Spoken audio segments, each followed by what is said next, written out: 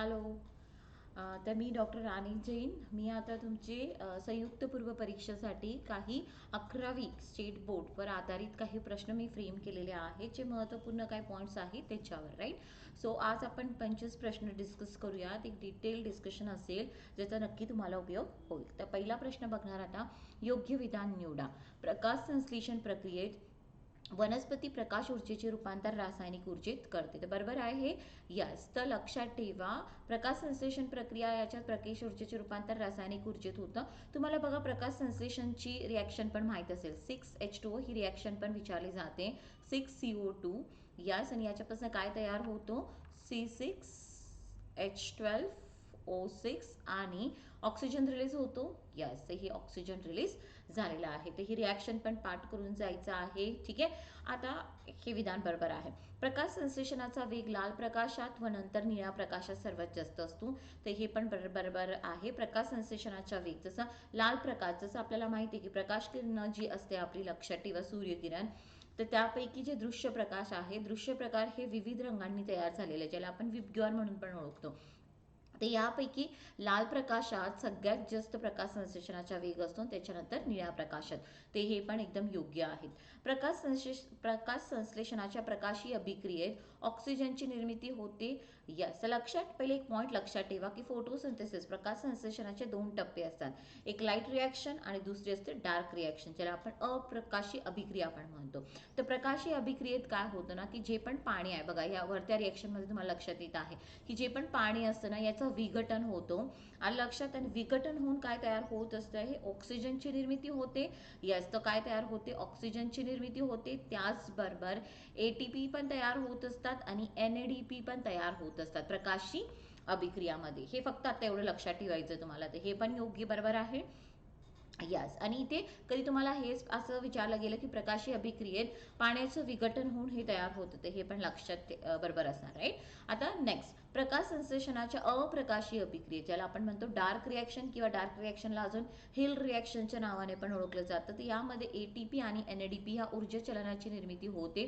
तर नाही, दिस is wrong. कारण ऑलरेडी मी तुम्हाला सांगितलं आहे की प्रकाशी अभिक्रियेमध्ये ATP आणि NADP तयार होतात. तर अप्रकाशी अभिक्रियेमध्ये काय तयार होत असतं? वनस्पती त्याचं अन्न तयार करते. ते अन्न म्हणजेच काय? ग्लुकोज तयार करत असते. बरोबर, ग्लुकोज तयार करत असते. आणि ही जी प्रक्रिया जेव्हा होते अप्रकाशी अभिक्रिया, याच्यामध्ये काही विकर कार्य करत असतात. तो खासपैकी तो विकर कोणता आहे? रुबिस्को. तो विकर कोणता आहे? रुबिस्को. मला सगळेजण कमेंटमध्ये रुबिस्कोचा लॉंग फॉर्म तुम्ही सांगणार.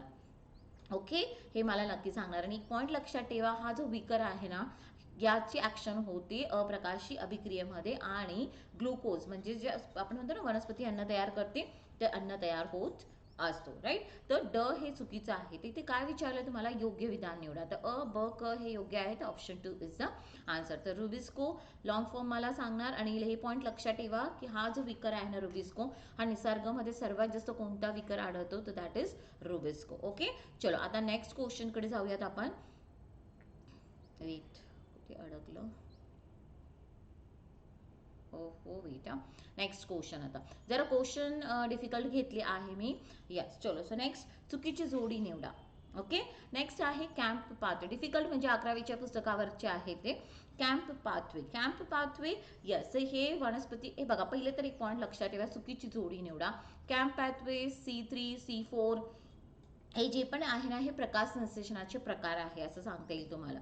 आलं लक्षात? येस. हे काय आहे? प्रकाश संश्लेषणाचे प्रकार. तर कॅम्प पाथवे हे प्रकाश संश्लेषण कॅक्टस, बाणगुळे, आर्द्रभूमीतील वनस्पतीमध्ये बघायला मिळतं.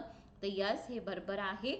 यस. ओके, त्याच्यानंतर दुसरे जे आहे ते आहे C3 पाथवे, गहू, भात, कापूस, सूर्यफूल, येस, यांच्यामध्ये ह्या प्रकारचे प्रकाश संश्लेषण बघायला मिळते. आणि युजली हे तुम्हाला लक्षात येईल की हे जे पण बघतायत ना, हे थंड टेम्परेट किंवा आपण म्हणतो ना कोल्ड कंडिशन्स, कोल्ड सीझनमध्ये जे येणारे आहेत ना, ज्यांना सूर्यप्रकाशाची एवढी जास्त गरज नसते, असते गरज पण खूप जास्त कालावधी हे नसेल, थंड वातावरणमध्ये त्यांची एफिशियन्सी जास्त असते, अशा क्रॉप्स C3 मध्ये घेतो.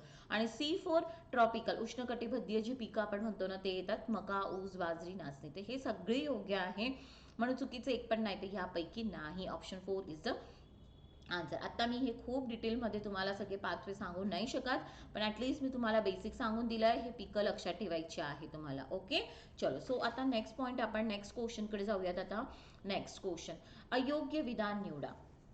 ठीक आहे, आता अयोग्य विधान निवडा. बघा, झुरळ कॉकरेच हे उभयलिंगी सजीव आहे. See, it's bisexual. नाही, एकलिंगी आहे. एकलिंगी सजीव आहे. कॉक्रोच हा एकलिंगी, युनिसेक्शुअल, बायसेक्शुअल नाहीये. म्हणजेच की युनिसेक्शुअल म्हणजेच काय, की नर आणि मादी हे स्वतंत्र असतात. आणि उभयलिंगी म्हणजेच काय असतं ना, बायसेक्शुअल, की एका सजीवामध्ये दोघं स्त्री आणि पुरुष दोघांची गुणधर्म किंवा दोघं प्रजनन संस्था असते, त्याला आपण म्हणतो बायसेक्शुअल. ठीक आहे, तर हे एकलिंगी आहे. ठीक आहे, तर हे चुकीचं आहे. यस, अयोग्य. झुरळाचे रक्त निळ्या रंगाचे असून रक्तात 7 प्रकारचे रक्तपेशी व प्लाझ्मा असते. यस, आता इथे एक पॉईंट लक्षात ठेवायचं आहे तुम्हाला, की झुरळाचा जो रंग आहे ना, हा लाल रंगात निळ्या रंगाचा नसतो. आलं लक्षात. झुरळाचा रक्त हा रंगहीन असतो. काय असतो हा? रंगहीन. रंगहीन म्हणजेच काय? कलरलेस. काय असतो तो?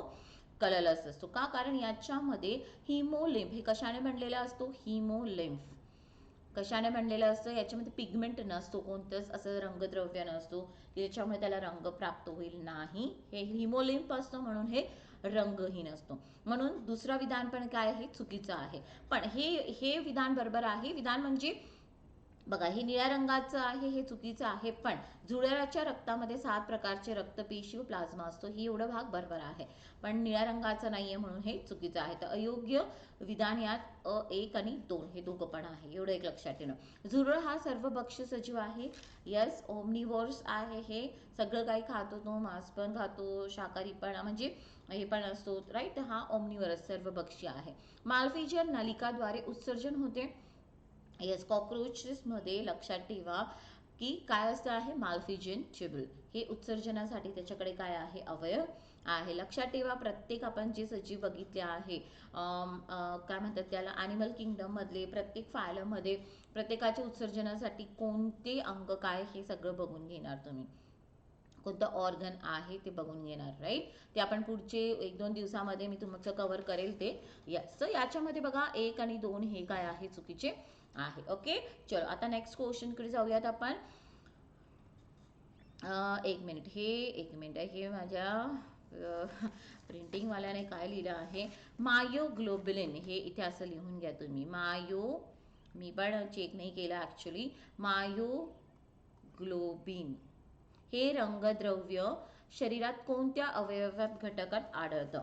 ठीक आहे, मायोग्लोबिन हे रंगद्रव्य पिगमेंट आपल्या शरीराच्या कोणत्या अवयवामध्ये बघायला मिळतं? ते मायोग्लोबिन. सी, करेक्ट करायचे. तर ते कशामध्ये बघायला मिळेल तुम्हाला? मसल्समध्ये. आल्या लक्षात. त्याच्यामुळे आपले मसल्स हे असे लालसर रंगाचे दिसतात. का? कारण त्याच्यामध्ये पिगमेंट कोणतं आहे? मायोग्लोबिन. क्लिअर सगळ्यांना? येस. आणि बघा, ज्यामध्ये हे मायोग्लोबिनचे पिगमेंट कमी असेल ना, ते मसल्स कसे असतात किंवा ते फायबर्स कसे असतात? सफेद पांढरे रंगाचे असतात. क्लिअर? ओके. आणि जसा रक्तामध्ये काय असतं? हिमोग्लोबिन असतं, बरोबर. पित्त, बाईल जे आपल्या पोटमध्ये तयार होत असतं किंवा पोटमध्ये ते जातं, पण तयार कुठे करतं? लिव्हर. आलं लक्षात. गॉल ब्लॅडरमध्ये ते जातं, तिथून मग ते पोटात जातं. ते पित्त, त्याच्यामध्ये बिलिरुबिन आणि बिलिवर्डिन हे पिगमेंट असतात. क्लिअर? चलो. सो हे एक पॉईंट लक्षात ठेवणार. नेक्स्ट, आता नेक्स्ट क्वेश्चनकडे जाऊया. जोड्या लावा. ओके, सी, स्तंभ. ठीक आहे, आता इथे विचारलंय तुम्हाला स्नायू. आता स्नायूची मसल्स आहे, याच्यामध्ये कोणते पेशी असतात? किंवा ह्याला आपण म्हणतो सार्कोलेमा. काय म्हणतो त्याला आपण? सार्कोलेमा या पेशी असतात. हाड काय असणार आहे याच्यामध्ये? पेरिऑस्टियम. कोणत्या पेशी असतात? पेरिऑस्टियम. नर्व सेल्स, चेतापेशी, न्यूरोलेमा. आणि कुछ कार्टिलेज, पेरिकॉन्ड्रियम. आता तुम्हाला बघा, स्नायू, बोन्स, चेतापेशी, कुछ हे जसं आपण संयोजी युती बघितलं होतं ना, टिश्यू, त्याच्यामध्ये आपण हाड बघतो की हे संयोजी युती आहे ना. नर्व टिश्यू बघितले होते. तर कार्टिलेज हे पण संयोजी युती आहे. तर संयोजी युती काय असतं ना? ग्रुप ऑफ सेल्स, पेशींचा समूह. राईट, तर यांना काय नावाने ओळखतात? तर हे आपण इथे घेतलेलं आहे. राईट, तर याच्यावरनं तुमचं उत्तर काय येतं? Option 2 is the answer. तर हे लक्षात ठेवणार तुम्ही. ओके, इझी आहे तसं ते, याच्यावरनं पण लक्षात येऊन जाईल तुम्हाला. येस, आता नेक्स्ट जो क्वेश्चन आहे, फळांचे प्रकार. दिलेले आहेत आणि त्याचे उदाहरण दिलेले आहेत. ओके, आता सत्यफळ ट्रू फ्रूट. ओके, आता ट्रू फ्रूट कोणता आहे बघा. इथे तर तुम्ही सगळे वाचले तर म्हणणार की अरे हे तर सगळे फळं आहेत, मग फळांना पण सत्य असत्य आभासी असं कसं नाव दिलेलं आहे. तर हे विज्ञानमध्ये हे पॉईंट लक्षात ठेवा. सत्यफळ कोणतं आहे याच्यामध्ये, ते आहे आंबा. आता इथे लक्षात ठेवणार सत्यफळ कोणाला म्हटलं जातं की fruit which develop from the ovary. फक्त ओवरी अंडाशयपासनं जो फळ तयार होतो, फक्त अंडाशय ओवरीपासनं जो तयार होतो त्याला आपण म्हणतो ट्रू फ्रूट. हे आहे आंबा. आता आभासी फळ फॉल्स फ्रूट. फॉल्स फ्रूट कोणता आहे, सफरचंद आणि नाशपाती. आलं लक्षात, यांना आपण म्हणतो फॉल्स फ्रूट. तर याला फॉल्स फ्रूट का म्हटलं जातं, बिकॉज की हे जे फळं आहेत ना हे अंडाशय तर आहेच, त्याच्याबरोबर जे पण आपण म्हणतो ना फुलांचे दुसरे जे अवयव असतात, फुलांबरोबर कॅलिक्स असते, कोरोला असते. आलं लक्षात, यस. ते त्याच्यापासून जेव्हा पूर्ण या सगळ्या भागांपासून जेव्हा फ्रूट तयार होतो त्याला आपण म्हणतो आभासी फळ. Okay, yes. त्याच्यानंतर अनिषेक फळ पार्थिनोकार्पिक फ्रुट्स, राईट. आता पार्थेनोकार्पिक कोणते आहेत, पपई, संत्री, द्राक्षे. आलं लक्षात, हे काय आहे, सगळे पार्थेनोकार्पिक फळं आहेत. ओके, आता पार्थेनोकार्पिक म्हणजेच काय, the fruits which developed without fertilisation. म्हणजे यांच्यामध्ये कोणतेच फर्टिलायझेशन होत नाही, विदाउट फर्टिलायझेशन. म्हणजे जसं आपण म्हणतो ना की मेल पार्ट्स पोलन ग्रेन्स येतात, अंडाशयशी त्यांचं फलन होतं आणि त्याच्यानंतर एक नवीन झायगोट तयार होऊन एक नवीन तयार होत असतं, फूल किंवा मग फुलापासनं फळ. ठीक आहे, पण इथे लक्षात ठेवा पार्थेनोकार्पिकमध्ये फर्टिलायझेशन होत नाही आणि डायरेक्ट काय तयार होतो, फ्रूट तयार होतो, त्याला आपण म्हणतो पार्थेनोकार्पिक फ्रुट्स. साधी फळ. साधी फळं कोणती आहेत, आता वटाणा, भुईमुग, मुळा इत्यादी. हे काय आहे, साधी फळ. आता सिंपल फ्रूट हे फक्त एक ओवरी पासनं, लक्षात ठेवा, one ovary of one flower. एका फुलाच्या एका ओवरी अंडाशयापासून जे फळ तयार होतात त्याला आपण म्हणतो साधी फळ. सत्यफळ हे पण फक्त ओवरीज पासून तयार होते, पण मग एक दोन ओवरीज पासून तयार होत असेल तर आंबा फक्त एकच फुलाच्या एकच ओवरी पासून तयार होत असेल तर त्याला आपण म्हणतो साधी फळ. तर याच्यावरून तुमचं उत्तर काय येणार आहे, ऑप्शन 1 इज द आन्सर. हे बघा मी थोडक्यामध्ये सगळं सांगितलं आहे तुम्हाला, बट स्टील ॲटलीस्ट तुमचं क्लिअर होत असेल, राईट. आता मेसोफिल टिश्यूज वनस्पतीच्या कोणत्या अवयवात आढळतात. तर मेसोफिल टिश्यूज हे वनस्पतीच्या कुठे आढळतात, पानांमध्ये. कुठे आढळत असतात, हे पानांमध्ये. तर लक्षात ठेवा मेसोफिल टिश्यू हे जे असतात ना हे असे टिश्यू आहेत की ज्याच्यामध्ये काय असतं तुमचं क्लोरोप्लास्ट. हे अशा ऊती आहे ज्याच्यामध्ये काय भरलेलं असतं, क्लोरोप्लास्ट, आणि त्याच्यामुळे इथे काय होत असते, प्रकाश संश्लेषण क्रिया. आलं लक्षात, मेसोफिल टिश्यू पानांमध्ये असते. ओके, आणि तुम्हाला माहिती आहे की जे पण पानं असतात याच्यावर असे अनेक छिद्र असतात ज्याला आपण पर्णरंध्रे म्हणतात, आणि याच्यामुळे वायूची देवाणघेवाण होते. ओके, तर हे क्लोरोप्लास्ट पानांमध्ये हे असतात mesophyll tissue. So very important guys, लक्षात ठेवणार, राईट. आता नेक्स्ट क्वेश्चन, खालील पेशीच्या अंगकामध्ये डीएनए असतो. आता पेशी, आपली पेशी जी असते लक्षात ठेवा याच्यामध्ये अनेक. आता ही पेशी जी आहे ही कोणती पेशी आपण बघणार इथे, युकॅरियोटिक. कारण युकॅरियोटिक पेशीमध्येच पेशी अंगके विकसित असतात आणि असतात. तर युकॅरियोटिक पेशीच्या कोणत्या अंगकांमध्ये तुम्हाला डीएनए मिळेल. सगळ्यांना न्यूक्लियस तर माहीत असतो, बरोबर. न्यूक्लियस केंद्रकामध्ये डीएनए असतो, पण अजून डीएनए कशा कशामध्ये बघायला मिळेल तुम्हाला, ते म्हणजेच की तंतुकणिका. मायटोकॉन्ड्रियामध्ये पण डीएनए असतो.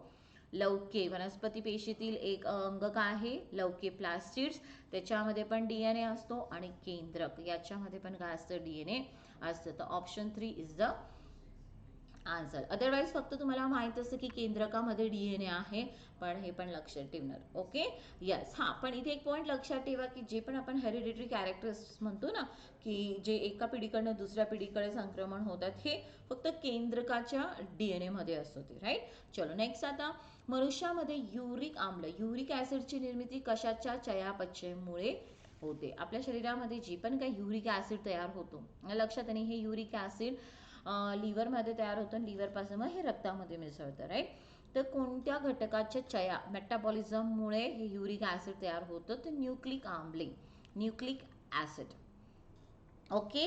यस, लक्षात ठेवा न्यूक्लिक ॲसिड्स. आता तुम्हाला माहिती आहे डी एन एमध्ये आपण डी एन एचे जेव्हा स्ट्रक्चर बघितलं असेल तर त्याच्यामध्ये आपण चार प्रकारचे नायट्रोजन बेस बघतात. एक असतं प्युरिन्स, आलं लक्षात, आणि एक असतं आहे प्युरिमिडिन्स.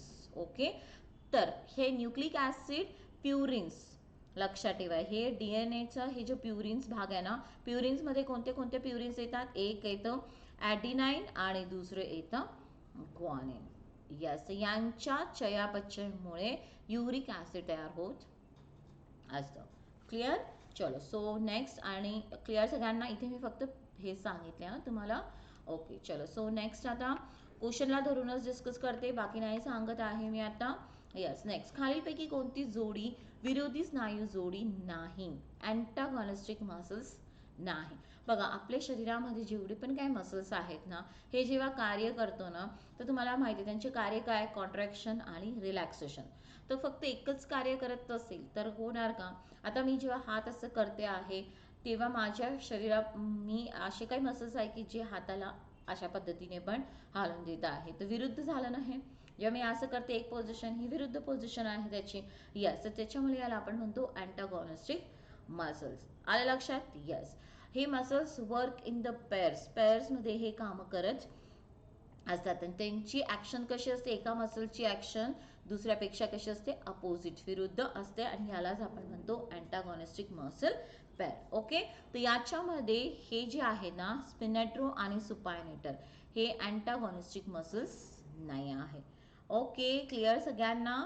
यस, तर हे सगळे अँटागॉनिस्टिक आहे. कुठे असतात हे आपण नंतर कधी बोलू. आता बाकीचे पण क्वेश्चन्स आपल्याला डिस्कस करायचे आहे. यस, ओके, चलो, so option 4 is the answer. तर 11वीच्या पुस्तकामधला एवढा एक भाग मी तुम्हाला वाटलेस शेअर करून देणार. दुसरी गोष्ट की बघा, माझा टेलिग्राम जो आहे ते पण राणी जैन MPSC ट्युटोरियल्स, ते पण तुम्ही सबस्क्राईब करून घ्या. तिथे मी हे पॉईंट्स टाकत जाईल, 11वीच्या पुस्तकातले जे इम्पॉर्टंट पॉईंट्स आहेत ते. राईट? चलो, पॉईंट्स म्हणजे मी डायरेक्ट फोटो काढून तेवढाच एक भाग तुम्हाला शेअर करेल. राईट? सो नेक्स्ट आता जोड्या लावा. ठीक आहे, सजीव आणि त्याचे नाव दिलेली आहेत. ओके, चलो, सो 11वा प्रश्न आहे. यस, तर बघा, ऑस्ट्रेरियस C4. यस, ठीक आहे. कुकुमारिया, यस, ज्याला आपण काय म्हणतो? सी कुकुंबरच्या नावाने ओळखलं जातं.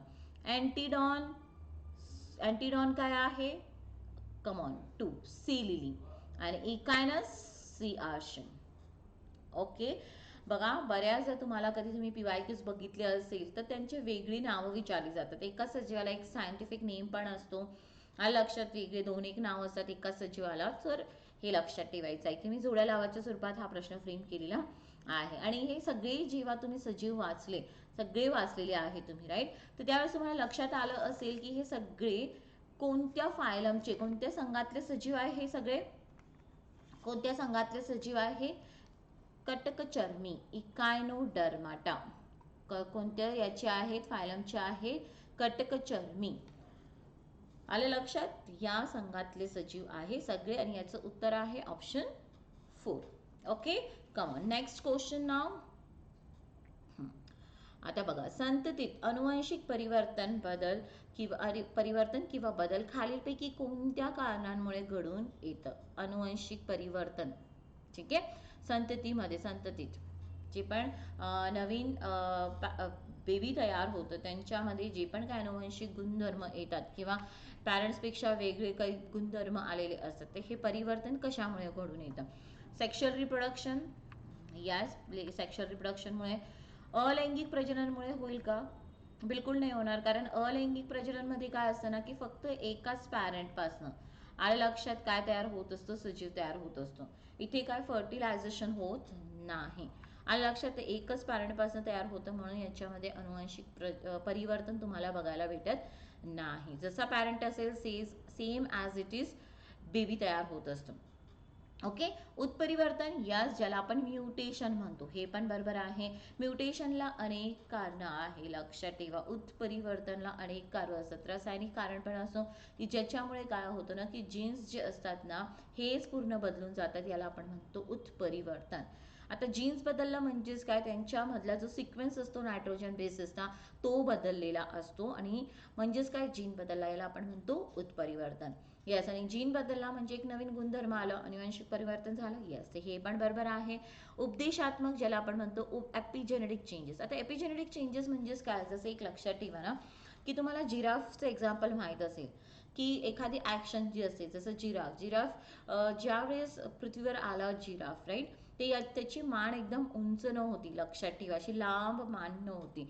पण ज्या प्रदेशात तो होता ना तिथे वृक्ष खूप उंच होते, त्याच्यामुळे तो जिराफ काय करत होता, मान वरती ताणून ताणून तो पानं खात होता. तर हळूहळू काय झालं ना की त्याच्यापासून जे अपत्य तयार झाले ना, त्यांची मान उंच उंच लांब यायला लागली. लक्षात येते जेनेटिक चेंजेस, इथे जेनेटिक किंवा नायट्रोजन बेसिसच्या सिक्वेन्समध्ये काहीच बदल राहत नाही, फक्त ह्या काही सवयींमुळे अनुवांशिक बदल घडून येतात. ठीक आहे, त्याला आपण म्हणतो उपदेशात्मक एपिजेनेटिक चेंजेस. ते बघा कोणत्या कारणांमुळे घडून येते, तर अ, क आणि ड. तर ऑप्शन 1 इज द आन्सर. बरोबर. इथे मी जसं एपिजेनेटिक जिराफचं उदाहरण सांगितलं की ते मान वरती ताणत हे करत होते पानं तोडण्यासाठी. तर हळूहळू त्यांचे जे अपत्य तयार व्हायला लागले ना, त्यांची डायरेक्ट मान लांब यायला लागली. हळूहळू असं काय झालं की जिराफची मान उंच झाली. ओके, या सवयी असतात, काही सवयी जी एका पिढीकडनं दुसऱ्या पिढीकडे होतात, त्याला आपण म्हणतो epigenetic changes. Okay. Yes, next. आता नेक्स्ट क्वेश्चन रीड नाही. चलो, खालीलपैकी कोणत्या वयोमापन काढण्यासाठी कार्बन डेटिंग पद्धत वापरली जाते? कोणाच्या वयोमापन, एज काढण्यासाठी, राईट. तर इथे पण तुम्ही लक्षात ठेवणार की इथे जीवाश्म, फॉसिल्स. ठीक आहे, आता जीवाश्म इथे वृक्ष पण दिले, तर हे पण उत्तर येऊ शकणार. यस, यांचा वय काढण्यासाठी कार्बन डेटिंग ही पद्धत वापरली जाते. ठीक आहे, आणि खडकांचा वय काढण्यासाठी बरेचसे आहे, जसे एक कॉमन आहे युरेनियम डेटिंग. ओके, आणि जीवाश्म, मग ते प्राणी असेल किंवा वनस्पतीचे जीवाश्म असेल, यांचं वय काढण्यासाठी आपण वापरतो carbon dating process. Okay, carbon dating काय, हे सगळं व्यवस्थित वाचा, कोणता कार्बन ते पण लक्षात ठेवणार. ओके. आता क्लॅव्हिकल हा मानवी हाड काय नावाने ओळखला जातो? क्लॅव्हिकल पहिले तर हा मानवी हाड कुठे असतो, दिस कॉलर बोन, हे मानजवळ इथे. ठीक आहे, तर हे काय आहे तुमचं कॉलर बोन. याला ब्युटी बोन पण म्हटलं जातं. क्लॅव्हिकलला अजून काय म्हटलं जातं, ब्युटी बोन. इथे असतात हे दोन. ठीक आहे, आणि हा असे खूप आडवे बोन्स आहेत, लांब. ठीक आहे, असे असतात हे. ओके, बरगडी नाही, हातातील हाडं नाही, पायातील हाडं नाही, लोअर लिंब पण नाही, राईट. हे चुकीचं आहे, कॉलर बोन. ठीक आहे. आता कर्करोगाच्या उपचारात रेडिओथेरपी कशा प्रकारे काम करते? कशा प्रकारे काम करते रेडिओथेरपी? ठीक आहे, आता बघा, जी पण कॅन्सरचे पेशंट असतात ना, यांना दोन प्रकारची ट्रीटमेंट आपण बघतो. एक आपण ऐकलेली असते किमोथेरपी. यस, किमोथेरपी काय असतं ना, लक्षात ठेवा, किमोथेरपीमध्ये औषधं दिली जातात. जसं आपण आजारी पडल्यावर आपल्याला डॉक्टर औषध देतं की नाही, आपण घरी बरोबर ते घेत असतो, तसंच किमोथेरपीमध्ये कॅन्सरच्या पेशंटला औषधं देतात. पण ही औषधं खूप हाय डोसेस असतात, शरीराला ते थोडेसे रिॲक्शन्स होतात, म्हणून ही हॉस्पिटलमध्ये ते अंडर ऑब्झर्वेशन देत असतात. तर याला आपण म्हणतो किमोथेरपी. रेडिओथेरपी म्हणजेच काय की रेडिएशन. आल्या लक्षात, जी प्रारणी जी असतात ना, बहुतेक करून गॅमा किरण जी असतात ना, यांचा मारा मारला जातो. आणि मग हे गॅमा किरण जसं आपण म्हणतो ना, आयोडीन, फॉस्फरस, हे जे आहेत, ठीक आहे, यांच्यापासनं कोबाल्ट, ठीक आहे, यांच्यापासून ही प्रारणे काढून म्हणजे यांचा वापर करून गॅमा किरणांचा वापर कॅन्सरच्या उपचारासाठी होतो. तर ही गॅमा किरण एक्झॅक्टली किंवा रेडिओथेरपी, याला आपण म्हणतो रेडिओथेरपी, कशा प्रकारे काम करते? ही एक्झॅक्टली कॅन्सरच्या उपचारामध्ये काय करते? तर ती काय करते, कर्करोगाच्या पेशीतील DNA ला नष्ट करतात. आलं लक्षात? कर्करोगाच्या जे पण कॅन्सरस ज्या पेशी असतात ना, त्याच्यामधला जो न्यूक्लियस असतो ना, यातल्या मधल्या DNA ला ते काय करतात, नष्ट करतात. ज्याच्यामुळे काय होणार, जी पेशी आहेत कॅन्सरची, ही पेशी ना, हिची वाढ, आता याचं DNA नष्ट केला म्हणजे ही पेशी नष्ट झाली, त्याच्यापासून अजून कॅन्सरच्या नवीन पेशी तयार होणार नाही. So this is very important guys. Okay, तर कुठे एक्झॅक्टली ते काम करतं रेडिओथेरपी? इथे. ओके, चलो नेक्स्ट क्वेश्चन नाव सी. हे थांबून जाते. येस, आता नेक्स्ट क्वेश्चन. रेड रोट हा रोग खालीलपैकी कोणत्या पिकावर पडतो? तर कोणत्या पिकावर पडतो हा? Sugar can. याला ऊसाचा कॅन्सर पण म्हटलं जातं. काय म्हटलं जातं याला? कारण हा ऊसावरचा हा खूप म्हणतात ना हानिकारक किंवा खूप जास्त नुकसान देतो हा रोग. कारण की हा रोग जेव्हा ऊसावर पडतो ना, तर ऊसाची साखर जी असते ना ही 25 ते 75% पर्यंत साखरेचे प्रमाण ऊसाचे काय होऊन जातं? कमी होऊन जातं. आणि रेड रोट हा जे पण आपण म्हणतो ना की ऊस जो असतो ना, ऊसावर जे आपण असं ऊस सगळ्यांनीच बघितलं असेल बरोबर, तर याचे असे हे ब्लॉक्स हे असतात बरोबर, इथे लाल रंग पडतो, लाल रंगाचे हे होत जातात, याला आपण म्हणतो रेड रोट. आणि हा फंगस कवक आजार आहे, कवकामुळे होणारा आजार आहे. आलं लक्षात? हे एक कवकजन्य आजार आहे, ऊसावर पडतो रेड रॉट. क्लिअर? चलो, सो हे लक्षात ठेवणार. चलो नेक्स्ट आता इटाई आजार कोणत्या धातूमुळे होतो? इटाई याला आउच आउच डिझीज पण म्हणतात. आउच आउच का? आता काय होतं ना की हा आजारामध्ये ना बहुतेक करून ही हाडांवर खूप म्हणजे हाडांवर खूप परिणाम झालेला असतो आणि हाडं ही ठिसूळ झालेली असतात, खूप दुखतं, त्याच्यामुळे उस्ता आपण आउच आउच असं करतो. पेशंट आई आई आपण जसं म्हणतो ना तसं इथे याच्यावर नाही, याचं आउच आउच डिझीज पण म्हणतात किंवा याला इटाई डिझीज पण म्हटलं जातं. ओके, तर हे जे आहे इटाई हा शब्द जो आहे ना हा जॅपनीज शब्द आहे. कोणता शब्द आहे? इटाई हा जॅपनीज शब्द आहे, ज्याचा अर्थ काय होतो? खूप जोरात, तीव्र वेदना, सिव्हिअर पेन्स. त्याचा अर्थ काय होतो? Severe pains. जे पण आपले जॉईंट्स आहेत, जोड वगैरे आहेत जे आहे त्यांच्यावर खूप जोरात दुखतं. आलं लक्षात? तर इटाई याचा अर्थच ते आहे, सिव्हिअर पेन्स. ठीक आहे, आणि या कशामुळे होतो? कॅडमियमच्या धातूमुळे. कॅडमियम हे जेव्हा पाण्यामध्ये किंवा अशा प्रकारे जेव्हा शरीरात जातो तर हे कॅडमियम आपल्या बोन्सवर, ठीक आहे, हाडांवर परिणाम करतो, इवन आपल्या नर्वस सिस्टीमवर परिणाम करतो. क्लिअर? आणि आता हे झालं, याचं उत्तर आहे 3. पारामुळे कोणता होतो? मिनीमाटा डिझीज. कोणता होतो? मिनीमाटा. हा आयोगचा खूप फेवरेट प्रश्न आहे. हा, पाऱ्यामुळे कोणता होतो? मिनीमाटा. आणि पाऱ्यामुळे पण काय होतं ना, मर्क्युरीमध्ये मुळे पण काय होतं की जे पण आपल्या न्यूरोलॉजिकल प्रॉब्लेम, जस्ट खास करून हे मज्जा संस्था जी आहे आपली नर्वस सिस्टीमवर परिणाम करते. ठीक आहे, आता क्वेश्चन 18. ॲम्फ्लोरा ही जनुकीय सुधारित कोणत्या पिकाची जात आहे? Genetically modified.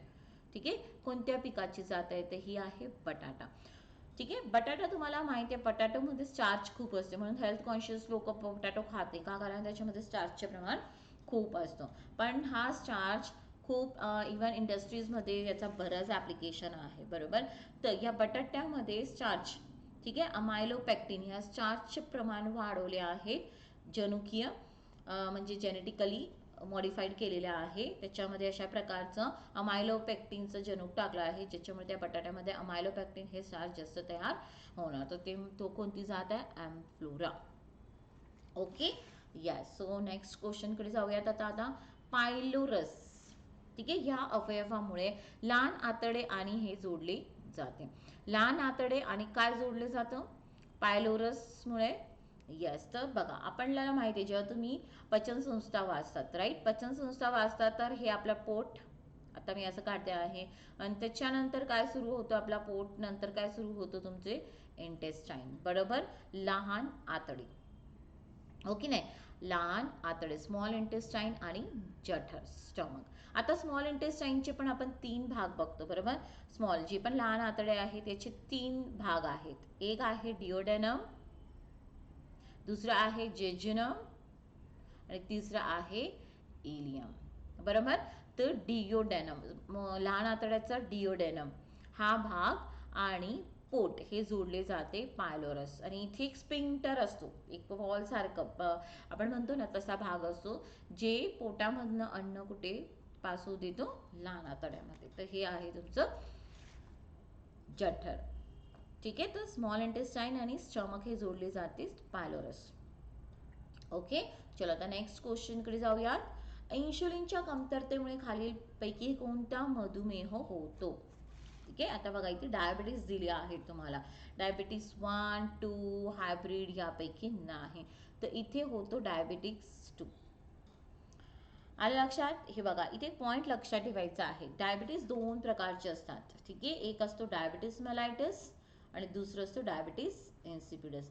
डायबिटीज मेलाइटस हे पण 2 प्रकारचे आहेत, टाईप 1 आणि एक आहे टाईप 2. ओके. टाईप 1 हा ऑटो इम्युन डायबिटीजचा प्रकार आहे. ऑटो इम्युन म्हणजेच काय की ह्या पेशंट असतात ना टाईप 1 मधुमेहाचे, यांच्यामध्ये काय असतं ना की हा ऑटो इम्युन आहे, म्हणजे यांच्यामधल्या स्वतःचीच इम्युन सिस्टीम जी इन्शुलिन तयार करणाऱ्या पेशींवर हल्ला करतात, त्याच्यामुळे यांच्यामध्ये इन्शुलिन तयारच होत नाही, लक्षात ठेवा. ओके. आणि टाईप 2 मध्ये काय असतं ना की यांच्यामध्ये जे पण इन्शुलिन तयार करणाऱ्या ज्या पेशी आहेत, आणि इन्शुलिन आपल्या शरीरात कोणता अवयव तयार करत असतो, स्वादपिंडू पॅनक्रियास, आणि पॅनक्रियास मधल्या बीटा पेशी हे काय तयार करत असतोय, इन्शुलिन तयार करतो, बरोबर. येस. आणि हे इन्शुलिन काय करतो तुमच्या शरीरात, इन्शुलिन काय करतो, जे पण आपण साखर खातो, साखर म्हणजे जे पण आपण पिष्टमय पदार्थ खातो ना, अतिरिक्त जेवढं शरीराला आपल्या रक्ताला जेवढी गरज आहे ग्लुकोजची तेवढी ठेवतो, आणि अतिरिक्त जे असेल ते या शुगरचं ग्लुकोजचं रूपांतर कशामध्ये करून टाकतं, ग्लायकोजनमध्ये करून टाकतं, बरोबर. म्हणजे आपल्या रक्तामध्ये ग्लुकोजचं प्रमाण कसं असतं, मग नियंत्रित राहतं. पण टाईप 2 डायबिटीसवाल्यांमध्ये काय असतं ना की इन्शुलिन कमतरता असते, इन्शुलिन तयार होतो पण कमी तयार होते म्हटल्यावर काय होतं, ग्लुकोजचं रूपांतर ग्लायकोजनमध्ये होत नाही, आणि त्याच्यामुळे रक्तामध्ये जास्तची शुगर फिरत असते, यालाच आपण म्हणतो डायबिटीस टाईप 2 प्रकारचा. ओके. आणि अशा पेशंटमध्ये काय असतं ना, यांना आता इन्शुलिनची कमतरता असते, तर यांना इन्शुलिन पण दिला जातो, काही वेळेस इन्शुलिन न देता फक्त टॅबलेट पण दिले जातात, फक्त टॅबलेट, खूप जास्त झालं तर इन्शुलिन. पण टाईप 1 मध्ये फक्त यांची ट्रीटमेंट काय असते, इन्शुलिन यांना द्यावाच लागतो, कारण यांच्यामध्ये इन्शुलिन तयारच होत नाही. क्लिअर. तो टाईप 1 टाईप 2 सी लक्षात ठेवणार तुम्ही, हे डायबिटीज मेलाइटिसचे प्रकार आहे. ओके. चलो नेक्स्ट. आता डमडम फीवर हा आजार खालीलपैकी कशामुळे होतो, सी डमडम फीवर. आता डमडम फीवर, यस, हा आजार होतो प्रोटोझोआ, यस, कशामुळे होतो, प्रोटोझोआमुळे होतो, राईट. आता प्रोटोझोआ लॅशमिनिया, लक्षात ठेवा कोणता प्रोटोझोआ आहे तो, लॅशमिनिया. सी हे लिहून घ्या तुम्ही, लॅशमिनिया. आणि हा जो आहे लक्षात ठेवा, ह्या लॅशमिनियाला आपल्या शरीरापर्यंत कोण आणतं, हे वेक्टर कोण आहे, म्हणजे हे लॅशमिनिया हा प्रोटोझोआ जो आहे, आधी जो आहे आपल्या शरीरापर्यंत कोण आणतो, सँड फ्लाय, ही माशी जी असते सँड फ्लाय, ही माशी या लॅशमिनियाला आपल्या रक्तात सोडते. आलं लक्षात. आणि डमडम फीवर म्हणजेच काय, या आजाराला तुम्ही काय वाचलेलं असतं, एक नाव काय वाचलेलं असतो, काला आजार. काला आजारचं दुसरं नाव आहे डमडम फीवर. ओके. तर it is a vector borne disease, yes this is a vector borne disease. का, कारण इथे वाहक सँड फ्लायने आणलं ना हे, बरोबर. तर असं पण कधी तुम्हाला प्रश्न आला ना की खालीलपैकी कोणते वेक्टर बॉर्न डिसीज आहे, तर ती पण लेसिक काढून ठेवा. ओके. चलो सो नेक्स्ट. आता आपल्याला जमलं तर आपण घेऊयाच जे पण काही इम्पॉर्टंट पॉईंट्स आहे ते, पण स्टील तुम्ही पण तुमची एवढी तयारी ठेवा, right. Question number 22, MIB mycobacterium indicus ब्रांचिंग ही लस कोणत्या आजारासाठी आहे, यस, ही कोणत्या आजारासाठी दिली जाते, कमॉन, कोणत्या आजारासाठी दिली जाते, मायकोबॅक्टेरियम इंडिकस ब्रांची. कमॉन, कोण उत्तर देऊ शकते का तुम्ही, कधी मला बघत असाल, कुष्ठरोग, लेप्रोसी. ओके. लक्षात ठेवा ही जी लस आहे ना, ही लस आपले इंडियन GP तलवार यांनीच तयार केलेली आहे, जगातली पहिली कुष्ठरोगासाठीची लस आहे, जी आपल्या एक इंडियन सायंटिस्ट GP तलवार यांनी तयार केलेली आहे. ओके. तर कुष्ठरोगासाठी ही लस दिली जाते. आता कुष्ठरोगला अजून काय नावाने ओळखलं जातं, हॅन्सन्स डिझीज म्हणून पण ओळखलं जातं. काय नावाने ओळखलं जातं कुष्ठरोग अजून, हॅन्सन्स डिझीज. का हॅन्सन्स डिझीज याला म्हटलं जातं, कारण की हा आजाराचा शोध 1873 मध्ये, लक्षात ठेवा, म्हणजे जो बॅक्टेरिया आहे मायकोबॅक्टेरियम लेप्रे, लक्षात ठेवा, लेप्रोसी कुष्ठरोग हा एक जीवाणूजन्य आजार आहे. काय आहे तो, जीवाणूजन्य, जीवाणूमुळे होतो आणि तो जीवाणू कोणता आहे? Mycobacterium leprae. आलं लक्षात? आणि याचा शोध कोणी लावला होता? हॅन्सन्स, एक सायंटिस्ट होते. आलं लक्षात? ग्रँड हॅन्सन्स. आणि त्यांच्या नावावरने आजाराला पडलं आहे नाव हॅन्सन्स डिझीज. ओके, 1873 मध्ये. सगळ्यात जास्त जगामध्ये सर्वात जास्त कुष्ठरोगी आपल्या भारतामध्ये आहे. ओके, आणि दुसरं कुष्ठरोगासाठी जी ट्रीटमेंट आहे ती ट्रीटमेंट कोणती आहे? MDT. MDT ट्रीटमेंट दिली जाते कुष्ठरोग्यांना. ठीक आहे, आता MDT काय आहे ते पण तुम्ही बघून घेणार. यस, ठीक आहे. MDT काय आहे सांगा मला, कमेंटमध्ये सांगा. मी याचा आन्सर कमेंटमध्येच टाकेल उद्या, बट आज तुम्ही पण मला सांगा. ओके, चलो. सो आता नेक्स्ट क्वेश्चनकडे जाऊयात आपण. Come on, next question. जीवाणू पेशीमध्ये तंतुकणिकांची संख्या किती असते? See, this is very good question आहे. गुड. जीवाणू पेशीमध्ये काय तंतुकणिका म्हणजेच काय आपण इंग्लिशमध्ये म्हणतो मायटोकॉन्ड्रिया, बरोबर? येस. किती मायटोकॉन्ड्रिया असतात जीवाणूंमध्ये? एक पण नाही. का? कारण जीवाणू ही कोणत्या प्रकारची पेशी आहे? आदिकेंद्री, बरोबर? प्रोकॅरियोटिक है ना, प्रोकॅरियोटिक आदिकेंद्री पेशी. आणि आदिकेंद्री पेशीमध्ये आहे का मायटोकॉन्ड्रिया असतो? नाही, झिरो. समजलं? यस. आणि बघा तंतुकणिका जे असतात ना, युकॅरियोटिक पेशी जे असतात, आलं लक्षात? दृश्यकेंद्री पेशी, यांच्यामध्ये मायटोकॉन्ड्रिया असतात. मग यांच्यामध्ये मायटोकॉन्ड्रिया किती असतात? यांची संख्या डिपेंड त्या पेशीचे कार्य काय आहे. त्या पेशीला खूप जास्त कार्य करायचे असेल तर त्यांच्यामध्ये मायटोकॉन्ड्रिया तंतुकणिकांची संख्या जास्त असते. का? कारण की त्या पेशीला कार्य करण्यासाठी ऊर्जेची गरज आहे ना, आणि ऊर्जा कोण तयार करत असतो पेशीमध्ये? मायटोकॉन्ड्रिया, तंतुकणिका. म्हणून तंतुकणिकेला आपण power house of the cell म्हणतो.